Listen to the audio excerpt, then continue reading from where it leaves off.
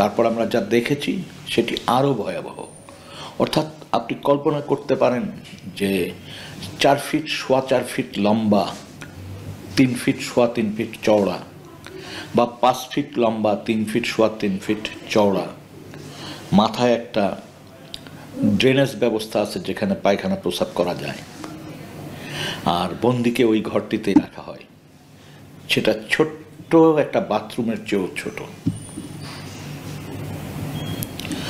এবং বন্দিকে এখানে স্যাঁতস্যাঁতে জায়গা থাকে, অন্ধকার থাকে, আলো বাতাস বলতে গেলে নাই, আলোর তো কোনো সুযোগই নাই, আটকিয়ে দেওয়া হয় বিভিন্নভাবে, আর বাতাস সীমিত পরিমাণ প্রবেশ করতে পারে।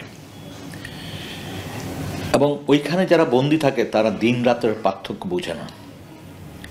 তারা কেবলমাত্র যখন খাবার দেয়া